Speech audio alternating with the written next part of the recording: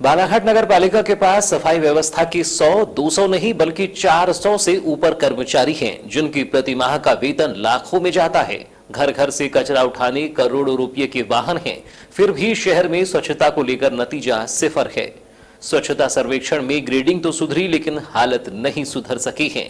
आज भी बालाघाट का शहर स्वच्छता के मामले में गांवों से पिछड़ा नजर आता है, जिसका प्रमुख कारण स्वच्छता सर्वेक्षण के दौरान लोगों को जागरूक करने आए लाखों रुपये की राशि का समुचित उपयोग न कर उस राशि से फाग खेल ली गई। सफाई को लेकर जागरूकता आम लोगों में पोस्टर, बैनर और स्वच्छता के मानकों के साथ फैलाई जानी थी। उसमें खानापूर्ति कर राशि को ऐसे खर्च कर दिया गया जैसे गधे के सिर से सींग।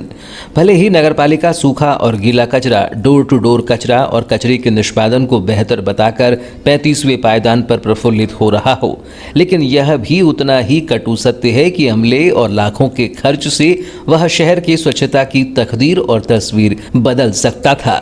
लेकिन नगरपालिका कर्मियों की इच्छा शक्ति के अभाव और कार्यों के प्रति लापरवाही शहर को स्वच्छ होने नहीं दे रही है। सालों से शहर को सुंदर, स्वच्छ और ग्रीन शहर बनाने के नेताओं के वादों को सुनकर पक चुकी जनता अब चाहती है कि स्वच्छता को लेकर कोई ठोस काम हो, न कि स्वच्छता के नाम केवल औपचारिकता निभाई जाए। यह तो जब और चिंतनीय हो जाता है जब कलेक्टर नगरपालिका के प्रशासक हैं।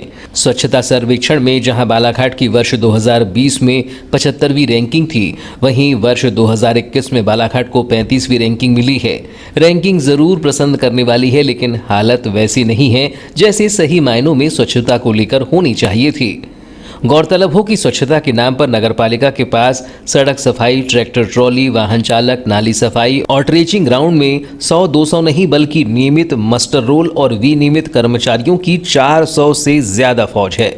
यही नहीं बल्कि नगरीय क्षेत्र के सभी 33 वार्डों में 33 सुपरवाइजर, उन पर पर्यवेक्षक, नोडल अधिकारी, स्वास्थ्य प्रभारी और स्वास्थ्य अधिकारी की पूरी एक बड़ी टीम है। बावजूद इसके बेपरवाही का आलम यह है कि शहर के बाजारों से लेकर बस स्टैंड, प्रमुख सड़कों और वार्डों में कचरा ऐसा नजर आता है जैसे सफाई के लिए अब भगवान ही मालिक है, जिससे स्वच्छता के नाम पर खर्च होने वाली राशि की उपयोगिता साबित होती दिखाई नहीं दे रही है। नागरिकों का कहना है कि जब नगरपालिका में प्रशासक कलेक्टर हैं, तब शहर की स्वच्छता को लेकर यह आलम है तो जवाबदेही तय होनी चाहिए। जिले में स्वच्छता को लेकर आलम यह है कि घर घर कचरा उठाने के लिए शहरी क्षेत्र में नगरपालिका के पास भारी वाहनों की फौज होने के बावजूद हाथ ठेलों से वार्डों से कचरा लिया जा रहा है, जिसके टायर ही गवाही देते हैं कि उस हाथ ठेली की हालत कैसी है। स्वच्छता की रैंकिंग जारी होने के बावजूद शहर में अस्वच्छता कहीं भी नजर आ जाती है।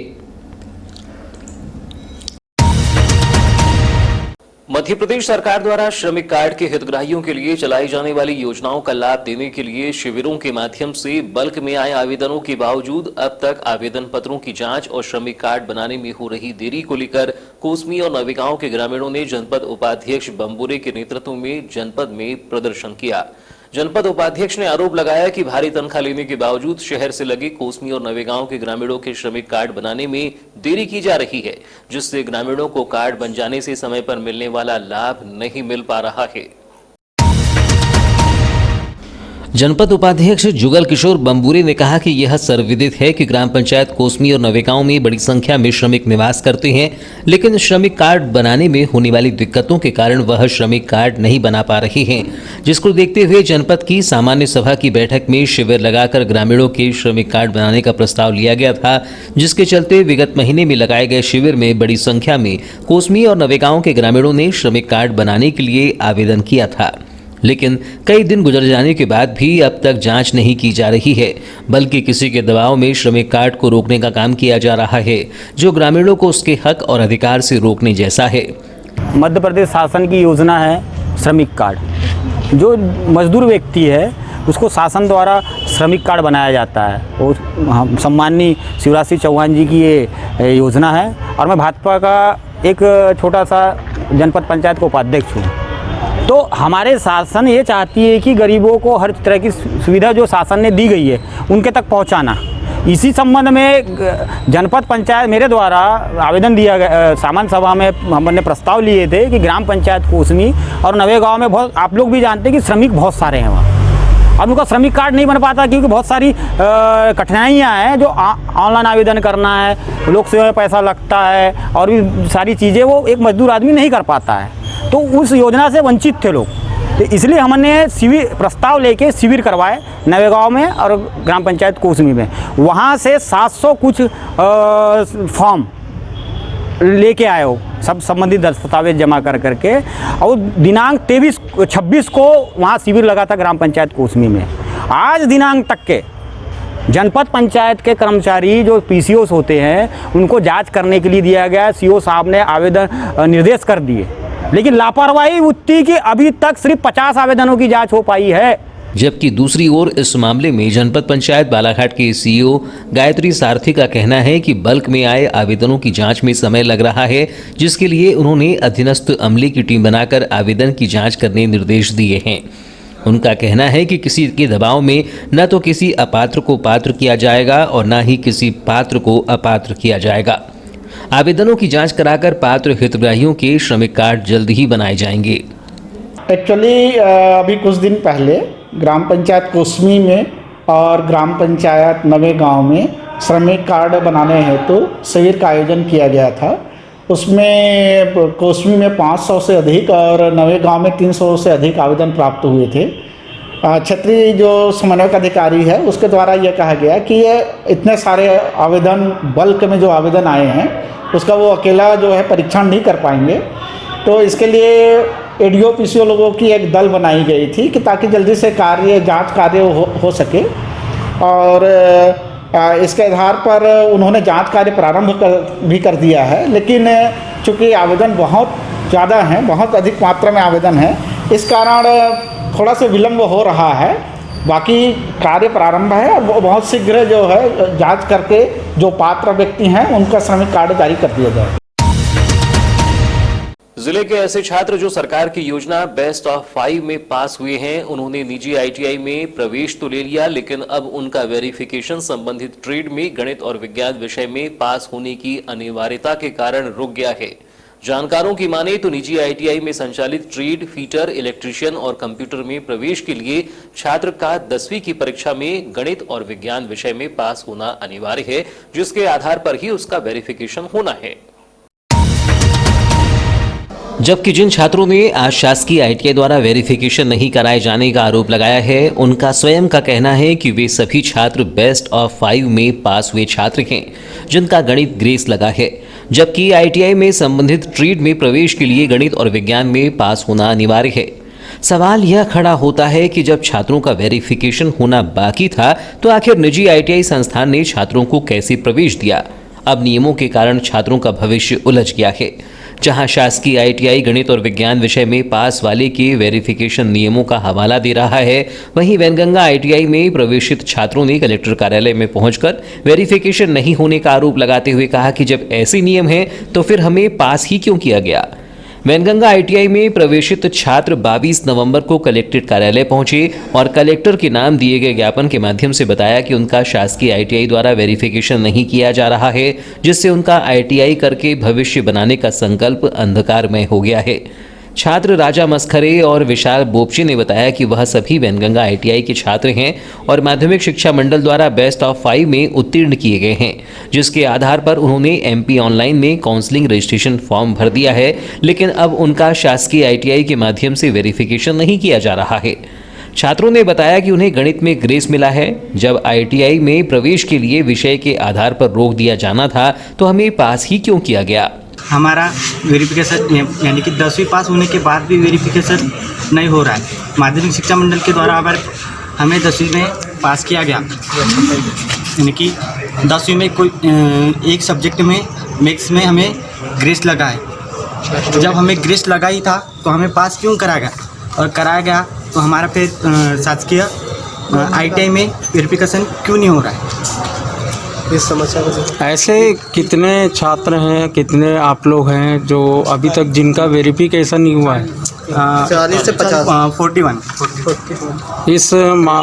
इस संबंध में आपने वैनगंगा आईटीआई इनसे भी कुछ बात की है वहाँ के? हाँ, हमारे सर प्रतिदिन प्रयास किए जा रहे हैं, प्रतिदिन जा रहे हैं वहाँ पे सर लोगों से बातें कर रहे, फिर भी वो सर लोगों को रिटर्न भेज देते हैं, यानी कि वेरिफिकेशन नहीं हो पा रहा। वहाँ के प्रिंसिपल वहाँ के प्रिंसिपल हाँ भोपाल मंडल से कोई कुछ हुआ नहीं पा रहा है, जिस कारण प्रोसेस आगे हो रही है पर हो नहीं रहा है।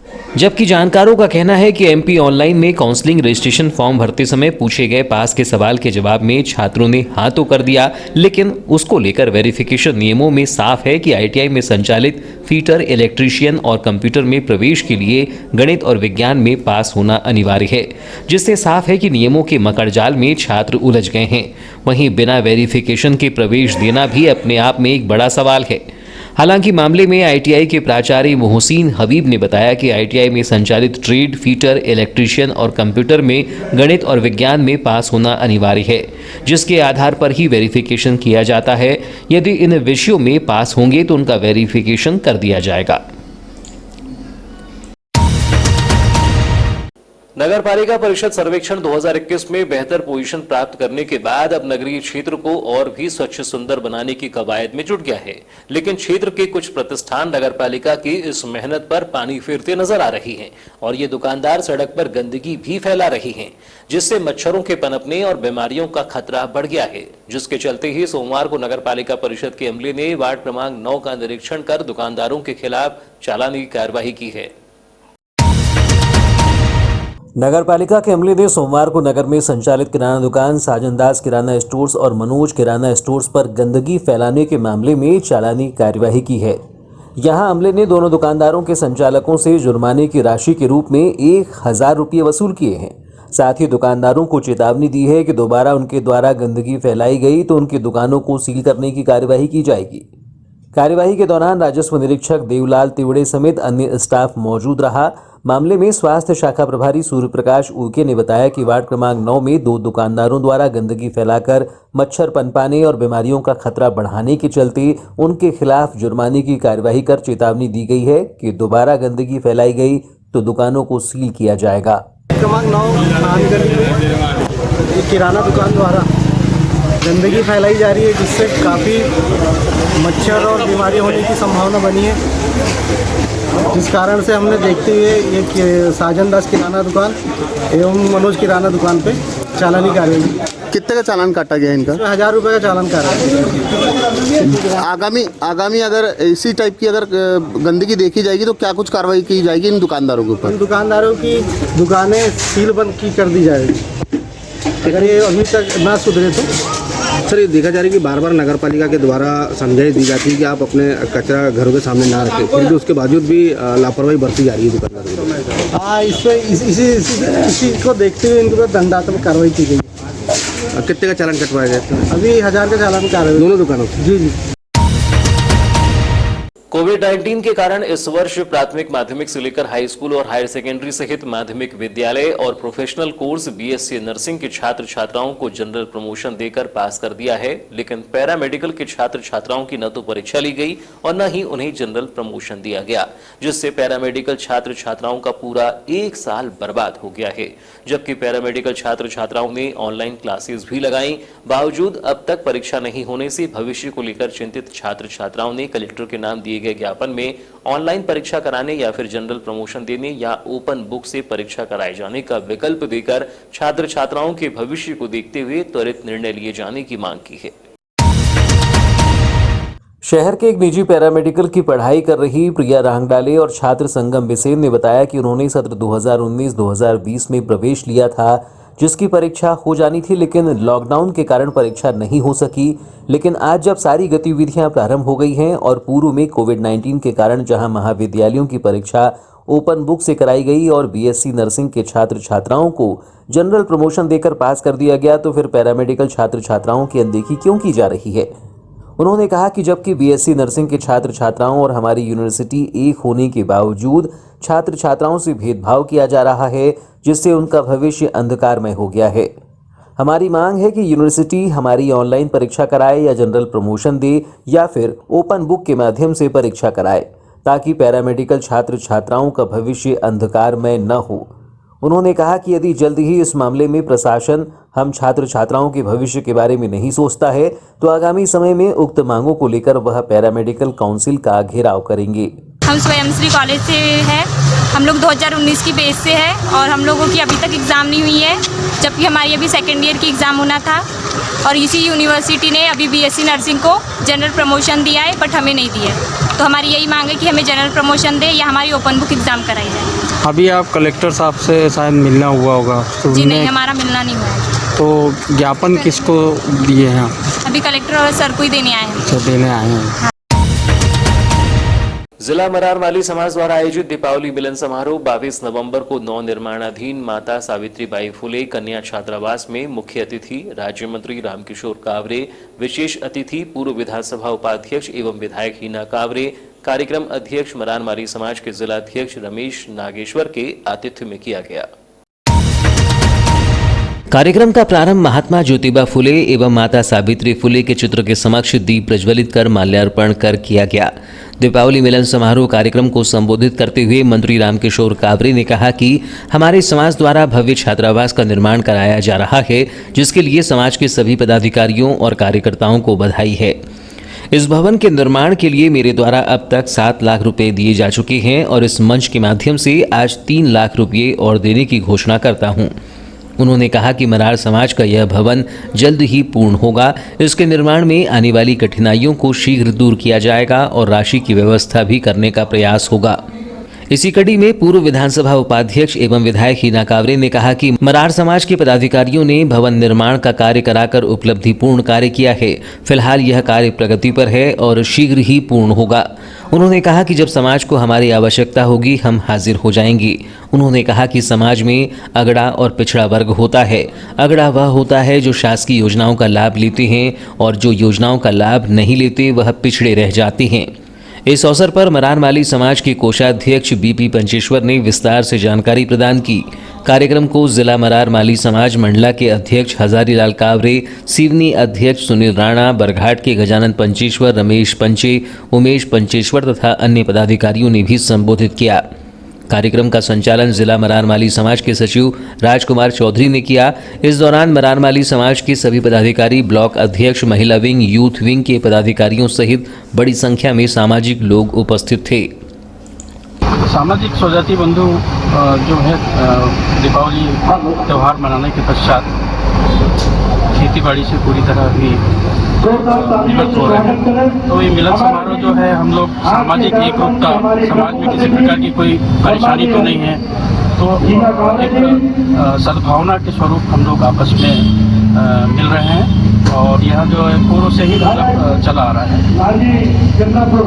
ये नए भवन निर्माण जहाँ चल रहा है यहीं पे कार्यक्रम भी आयोजित किया गया है और कार्यक्रम में कौन कौन उपस्थित रहे और क्या बातें यहाँ पर रखी गई मुख्य रूप से, उसके बारे में थोड़ा। कार्यक्रम जो है यहाँ पे इसलिए रखा गया है, यह मरार माली समाज का निर्माणाधीन भवन है। यहाँ पे सावित्रीबाई फुले कन्या छात्रावास का निर्माण होने जा रहा है और पूरे ज़िले में जो हमारे स्वजाति बंधु हैं, इस भवन निर्माण की गतिविधि एवं अभी तक क्या प्रोग्रेस हुआ है यह भी जानकारी उनके सामने लाना था, इसलिए इस उद्देश्य के साथ में यहाँ पर कार्यक्रम रखा गया है।